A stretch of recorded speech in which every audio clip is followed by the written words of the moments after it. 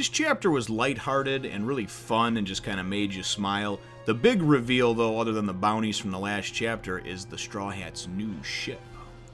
One Piece, chapter 436, Trunks from Franky House. Is this thing recording? Well, hello, my brothers and sisters of the Red Communist Nerd Nation. I, as always, am Pavel, here to take you on a journey through the wonderful and the magical and the very fervent tale of the One Piece. Anyways, I don't know, again, where I came up with that from. Just wanted to, for the sake of differences and things of that nature. Our last chapter that we had for One Piece, of course, the last several have been, for the most part, just packed chock full of a lot of information. The last chapter, however, was a little bit of a wind down, I guess you would say, as we kind of saw this 5-day montage of of the time between when the ship that was going to be built for the Straw Hats by Franky and the shipwrights in Iceberg was being started to the time it was being completed.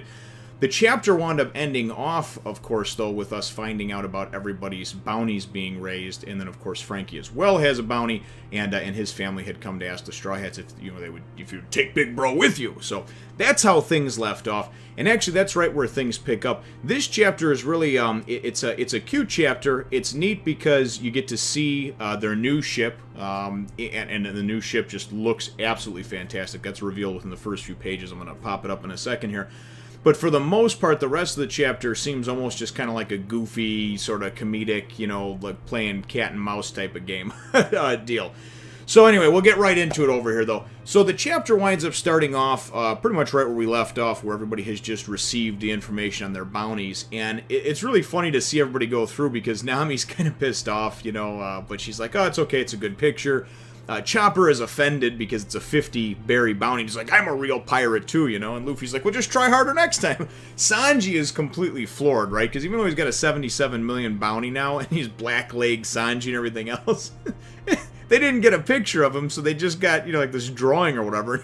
He's like, I'm going to be disgraced. All the women around the world. He wants to use the bounty to obviously, kind of like the fame and fortune thing, and probably to go and pick up on chicks and be like, hey, you see my bounty poster over there?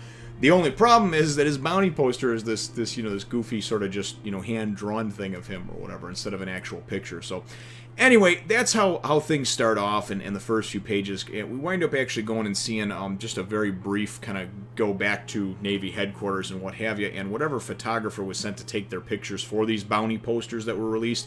Apparently, because they're talking. And like, okay, he's looking at it, he's like, this crew has over 600 million in bounty and this and that, He's like, well, what's with this blackleg character? How come we don't have a decent picture of him? And the guy's like, I don't know, it's just a weird phenomenon. It just came out as a black picture.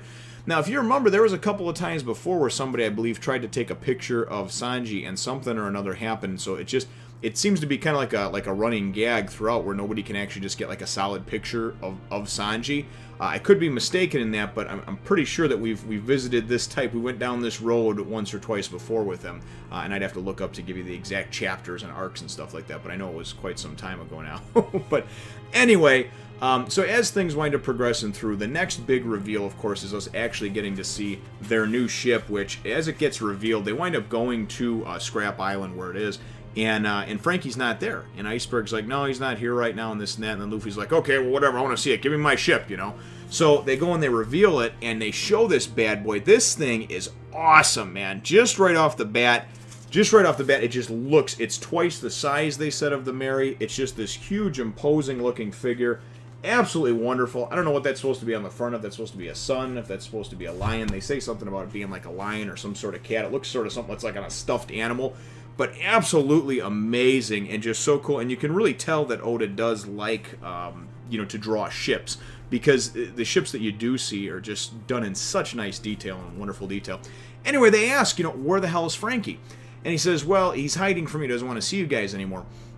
And he says, well, why? Is he pissed? Is he mad? Is he this? No, he knows that you're going to want to ask him to join the crew, and he really likes you guys, but he has this sense of duty that he needs to stay here, And Iceberg says, personally, I think it's stupid, but the bottom line is to get him to join your crew, you're going to have to pretty much force him, right? And Luffy's like, well, I don't want to force anybody, He likes things to be people's choices or whatever. So anyway, then the chapter goes and takes a turn. We go back to the Franky house, and we've got Franky just kind of chilling there, just sort of sulking. And all of his family members are kind of coming in there one and two at a time and whatnot and talking to him, asking him what the deal is. And they're telling him, hey, listen, dude, we've never seen you so happy before as we did when you were working on this ship, okay? This is his dream ship. He's a shipwright through and through. He's one of Tom's boys, right? He had this blueprint in his head, in his heart, in his mind for all these years, and he's finally got to go and build it. He's met this crew of companions and people that will go to the ends of the earth to save a friend, to save a crewmate, a shipmate, you know. And I think that yes, he does like that, but at the same time, you know, it's that sense of duty and like, well, I got to stay back. So he keeps going and like using them as an excuse. Well, I got to stay and hang out, you know, and this and that and watch over you guys and blah, blah, blah. And you can't tell me what to do and other stuff. So the rest of the chapter winds up, this is where the goofy part comes in, the rest of the chapter winds up becoming a keep away from Franky game, except for, you know what they're playing keep away with? His goddamn Speedo. Somebody yanked off his drawers, his trunks as they call them. It's a freaking Speedo though, okay? Trust me, I'm in my 30s, and when I was in high school, we had to wear those motherfuckers for swimming class, and they're not very comfortable, trust me, not very comfortable or stylish at all. I think that since then, since I've been in high school, I think that they might have gone over to something slightly different, but I know at the time it was certainly not the most fun to wear, as I was not a swimmer and not somebody that liked you know, kind of hanging around in basically these, you know, these tight little underwear. So anyway, they take his Speedo, they start running around playing keep away with it. As they're playing keep away and trying to get, you know, and they're like, hey, there's more of us than you, even though you can beat us, we're just going to play keep away until we can get you to the ship and then throw your ass on it, right? So they're working their way through Water 7, just destroying everything in the streets and what have you, because Franky's trying to take these dudes out and get his undies. He's like, oh, my only pair of trunks. And you've got people running around, you've got parents like, ah, oh my god, look at the pervert! You know, and the little kid's like, Mommy, what is that? It's a cyber dick. Because the thing is, I don't know what's cyborg and what's not. I don't know if he's got a ding-a-ling waving around there, or if that got damaged like a lot of other things that he replaced with armor in the front, and who knows? And tell you the truth, who even thinks about this stuff, but these are the type of thoughts that kept me out of the really good schools, you know? And I think about it, and I wonder, like, you know, does this dude have anything there? You know, or is he walking around and his ding-a-ling swinging back and forth for the whole neighborhood, all of Water 7 to see? Anyway, everything culminates, though, in the end with Luffy Luffy, you know, runs across him. Luffy winds up getting in on the action, grabs the trunks. And then they actually go, and the Franky family actually gets Franky into a cannon, right? And you know, basically lures him into a cannon or whatever, and fires him off ahead. Anyway, they get to the ship, and as Luffy and Franky are kind of running towards the ship, and Luffy's playing this keep away game with him, and Franky's being just kind of slapped around and pushed in the right direction by his family, his minions. Luffy winds up, you know, they wind up going back and forth and exchanging a bunch of different things about what's actually on the ship. The deck we see actually has, it has like grass on it. The deck is actually, you know, soil and I guess grass over it, so they can actually grow a garden there if they want and stuff. Looks like the tangerine trees are on there.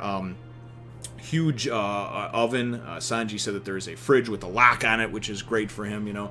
And just a bunch of decked out stuff. Franky talks about an aquarium that's in there that you can put fresh fish into and you can eat down there. It'd be so great. This guy's going to be a perfect guy for the crew, you know. And Luffy already decided he wanted him as a shipwright, and Franky already decided he wanted to be. It's just a matter of getting past, I guess, that ego and what have you, and seeing if they can come together in the middle. The chapter, though, does wind up ending off with Luffy going and saying, "You're going to be part of my crew," you know, and that's exactly what he says. He winds up going and getting up in his face and just saying, "Hey, dude, this is how it's going to be." So he's like, here. He goes, if you want your trunks back, you have to come with us. And he goes and he throws it out there. So, all in all, a very cool, very fun chapter. Didn't do a whole lot to progress the story forward as some of these other chapters are. But hey, listen, beggars can't be choosers. I'll take, you know, 5 out of the last 6 have been just jaw-dropping. I mean, just, you know, I had to go roll my tongue back up into my mouth and put my jaw up because of some of the revelations and some of the shit that's gone down. So, very cool stuff. My chapter question for you, though, brothers and sisters, is do you mind a silly chapter like this every now and then? I mean, in the big scheme of things, other than the reveal of the new ship, there wasn't a whole lot of content to go around except for this sort of just kind of silly, off-the-wall, keep away, you know, from the Naked Cyborg game. But, you know, let me know what your thoughts are on the sillier chapters. I personally don't mind the humor because it's interspersed and sprinkled throughout, and it's never for several chapters in a row. It always gets back to something serious, but that's just my opinion. I'd like to know what yours is, brothers and sisters. Leave your answer to that question in the comments down below. Feel free to hit the thumbs up, the like button if you should think that I deserve it, and subscribe if you haven't done so already. We look forward to catching all of you in the next one, Nation. As always, thanks for watching, and remember to take a look at my other channels.